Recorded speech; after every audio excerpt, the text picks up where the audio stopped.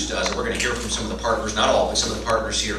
It really tries to tackle 3 issues that any community deals with, and we specifically deal with here in Kansas City. Number 1, it deals with the issue of, as we're about to do here in just a little bit, homelessness. I was just talking to Sister Berta. I mean, I think it's clearly a growing issue in Kansas City, certainly in Jackson County, but all throughout the United States. And as you enter the holiday seasons, think about what it means for those families to be homeless, to be thinking about spending their Christmas behind a dumpster, like we just heard with a family. Today we're changing 2 families' lives, but there are literally thousands of families that are equally deserving that unfortunately there just aren't enough homes for.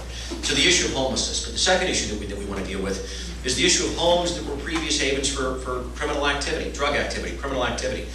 So many abandoned homes that we have throughout our community, and a lot of those homes, and these homes specifically, were used for criminal activity, and so they became havens for activity, which obviously impact the neighborhood, impact the families in those neighborhoods, bring property values down. So it's dealing with that issue that we certainly deal with here in Jackson County, but every community deals with.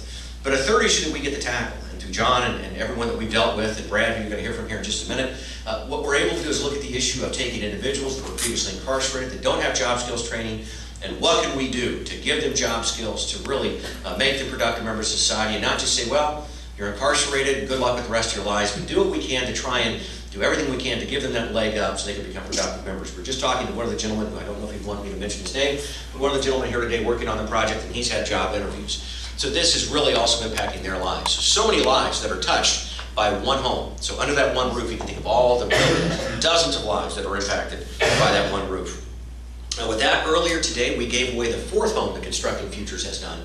In that 4th home, that was a private ceremony. There was an issue of violence within the family, domestic violence specifically, and so that family asked that they not be spoken about publicly. They didn't want potentially the abuser to know who they were or where they might live. And so just know that we gave away a 4th home here, and we're about to give away the 5th. We gave away a 4th home to a very, very, very deserving family.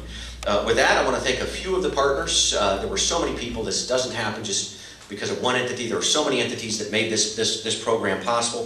First off, we're going to hear from Bishop Tyndall here in just a little bit, but this program wouldn't have even gotten off the ground without Bishop Tyndall and his leadership within the county legislature, as well as chair of the Housing and Resources Commission that provided many of the dollars that goes to housing in Jackson County, provided many of the resources to make this possible. Brad, we're going to hear from just a little bit in connections to success and making sure that the Constructing Futures program continues to develop throughout Jackson County. But additionally, John. So John, thank you. You've been on a number of our projects. Thanks for doing what you do. Thank you for what you're doing with the men, but also Morgan Jacobs General Contracting. So thank you for all that you guys do. They're wearing the shirts back there. Beyond that, Jackson County Public Works, they were out here just this morning, and they've been out here so many days putting sod down, making sure the house is ready, making sure everything's ready for the families as they move in. Ivanhoe Neighborhood Council, who we're going to hear from here in just a little bit, is Margaret May, but thank you to Ivanhoe Neighborhood. Very, very wonderful neighborhood association. You're going to hear from Margaret here in just a little bit. Sheffield Place, Kelly Welch. So thank you so much for everything that you do every day, and thank you specifically for your help on this project, as well as Sarah Barrett, who wants to give a community link, but they've helped us find these 2 families. You reach out to community organizations and what they were able to do, and there were dozens and dozens of deserving families. Unfortunately, there are only 2 houses. We wish we could give away 200 homes. But once again, linking us with these families, no pun intended, linking us with these families, these great families that we're going to give this to here today. Habitat for Humanity, Jackson County Land Trust, as well as Lathrop and Gates Law Firm gave a $1,500 donation. Clean Energy gave us $2,500 donation for the appliances. You're going to see here in just a little bit. They're being put in almost as we speak. Factory Direct Appliances gave us a huge discount, obviously, on the appliances and also getting them here. Very busy time for them, but they really set aside this time to make sure the appliances got here, so thank you to them. As well as Operation Breakthrough and Sister Berta. If you want to know about the issue of homelessness and poverty in our community, there's someone that for almost 40 years, is that right? Almost 50. Okay, so let's add 10. Almost 50 years has not just talk the talk, but walk the walk, making sure the families are taken care of in Jackson County. Thank you, Sister Berta, for everything that you do. Constantino's Market, as you go through the house with some gift cards, but also look at some of the food that's in these houses. We wanted to make sure that when they walk through those houses, they were move-in ready. And Sister Berta, by the way, also made sure that there were Christmas, we can say Christmas here, right? But Christmas gifts under the tree, right? To make sure that when they walk in, there were Christmas gifts under the tree. And what they did was so smart. They interviewed the kids and everyone that's going to be in the house to make sure they generally knew what it is they wanted and make sure they had appropriate gifts. These aren't just generic gifts. These are gifts specifically for those individuals. So Parks and Rec. So Jackson County Parks and Rec. Thank you very much, Mary. Jackson County Parks and Rec. I thought I mentioned them. I'll mention them a second time. And thank you so much to Public Works and Parks and Rec for everything they did. Now, the first speaker that we're going to have is once again someone who's been absolutely instrumental in this process, is Bishop Tyndall, a member of the Jackson County Legislature, chair of the HRC, and without him, obviously, we would not be here today. Bishop Tyndall, you may have a few words. Absolutely. And of course, this could never happen without the leadership of Mike Sanders. So let's put our hands together for Mike Sanders.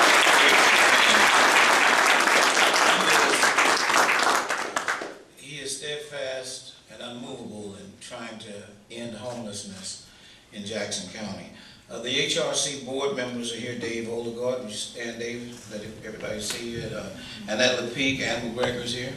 And Patricia Turner couldn't be here today, but these are the board members who want to and who have continued to try to end homelessness in Jackson County. Now, this is so wonderful at this time of year when we talk about giving, Christmas time, for God so loved the world that He gave. And so Jackson County is giving, and what a wonderful time of the year it is that we can make families happy and bring them out of homelessness. If you'd have been here this morning to see the young lady who cried and who was so elated and so happy that her family would no longer be homeless. And this family today is so well deserving that we're going to give the second house to. So well deserving that they, the conditions that they presently live in, perhaps none of us have lived in those conditions or live in those conditions. But she's so well deserving, and we're going to be so happy when we see her face and how her family is going to react. But I want to thank Jackson County, and I want to thank the Resources Commission, particularly Mike Sanders, and of course Calvin Williford, whose idea this was, who's birthed this idea 5 or 6 years ago, and it has become a reality. And we're going to continue on the Jackson County Resources Commission, ending homelessness one family at a time. And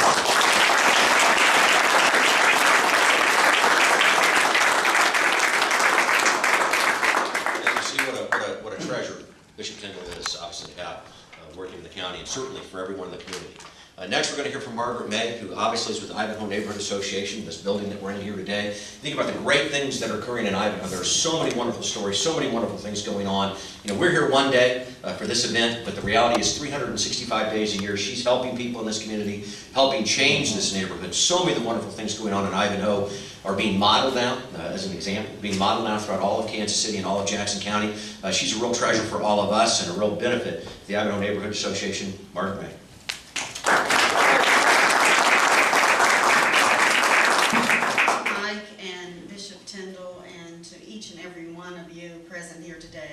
Welcome to Nutter, Ivanhoe Neighborhood Center. We're so happy to have you here today for this wonderful occasion. All of the things that Mike mentioned about the importance of this program, I'd just like to say very, very briefly. One of the things that we're working the hardest in at this point in the neighborhood is to end the vacancy rate that we have. Between the vacant lots and vacant houses, we have about a 40% vacancy rate in the neighborhood. And while we have, through the good people that live in this neighborhood, done wonders as far as getting the neighborhood clean and getting people engaged and decreasing crime in the neighborhood, making it a safe and secure place, the vacancy rate is the biggest hurdle that we have at the moment. So we're so grateful to Jackson County for providing us with this opportunity to have vacant houses that are really a curse to the neighborhood to be restored, because the housing stock is strong and can be restored, and to make it a place for good people to live. The experience we've had to this point with this program, we've had good people to move into these homes, to become a part of the work that we're doing here in the neighborhood. And again, that's the thing. It's a part of the mountain we've got to climb to get to the top.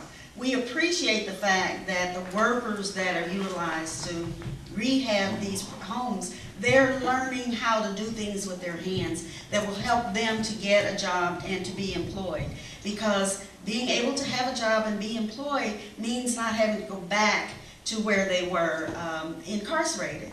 So all of these things are so important to us here in the neighborhood, and we are thankful to be a part of it. We believe that God is tired of Center City neighborhoods being the way they were, and that the work we're doing is a part of God's plan to improve our Center City and improve our city. So thank you very, very much, and we're looking forward to the next house.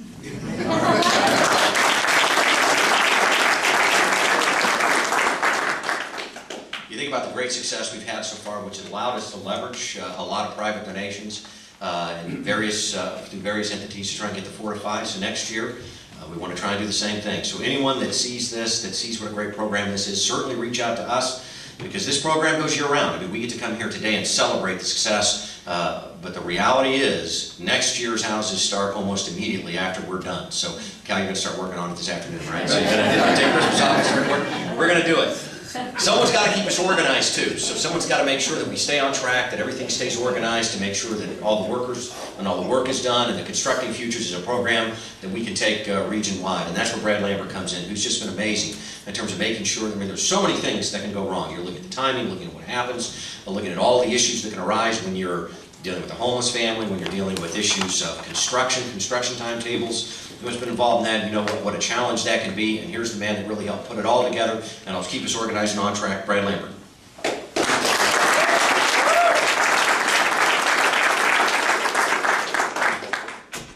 Thank you all. It's a privilege to be here today, and this is what we think about from day one till now, is this day, this event, and it's always exciting.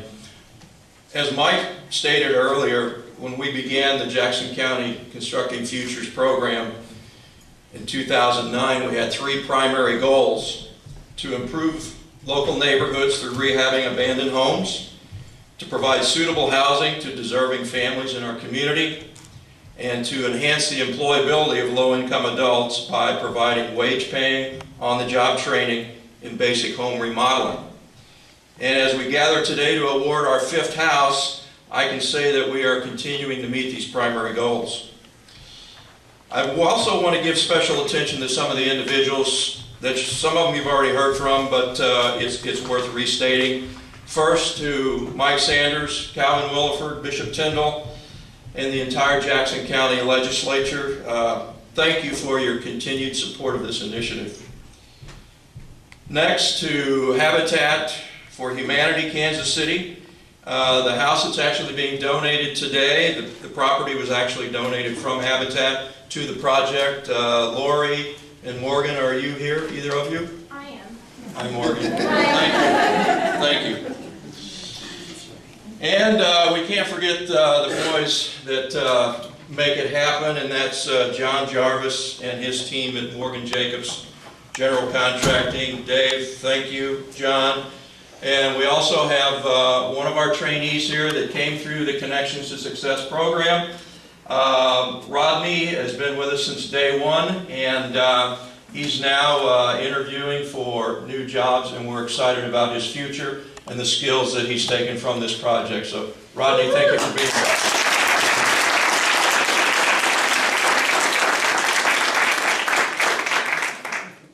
To my colleagues at Connections to Success for the training, coaching, mentoring, and other contributions not in their official job descriptions, like painting, yard work, and house cleaning. Thank you. And finally, I want to recognize a couple of unsung heroes that have been a part of each of these projects. Jeff Burrell-Scanlon is one of them, who's not here today, and also Dan Moy. Putting these projects together requires months of planning and preparation, coordination, and a good deal of perseverance. They have a lot of moving parts. Sometimes the parts move, sometimes they don't, sometimes they move in the wrong direction. And this one was no different. So through their tireless efforts, they've really made the difference, and I want to acknowledge Dan and Jeff for their contributions. Thanks, Dan. And then Finally, to the family that's receiving this home, may it become an important part of your future and a source of treasured memories over the years. Thank you.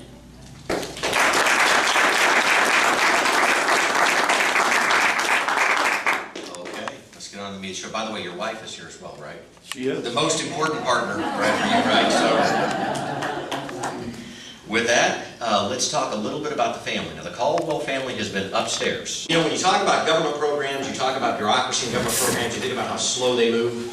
The reality is, you think it's going to go quick. You have a set date for when a project's going to be completed, but it just never really happens on time. Things move very slow. I know that we have a family here today that's gone through the interview process, and I know you anticipate it's going to go for a while longer, and we understand. Thank you for being here today at our press conference. You know, kind of an amazing thing happened. Bishop Tyndall and I were coming in here today. We were driving in, and kind of an amazing thing happened. You know, we're driving in, as we came together, and as we often do, we were coming together, we were sort of chatting.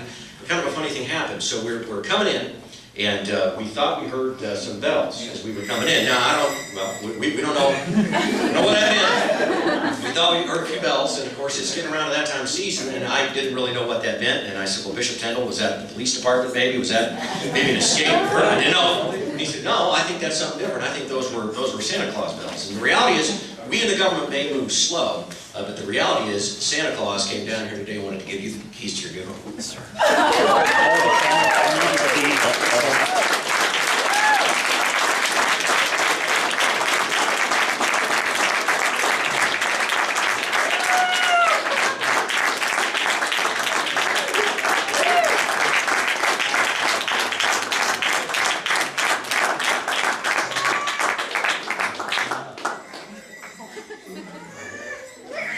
You wonder if you should get your kids out of school today, right?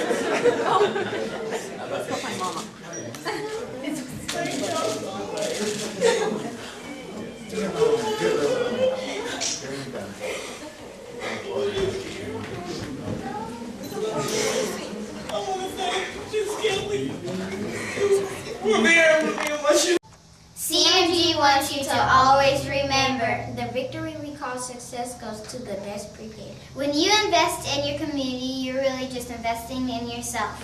Thanks.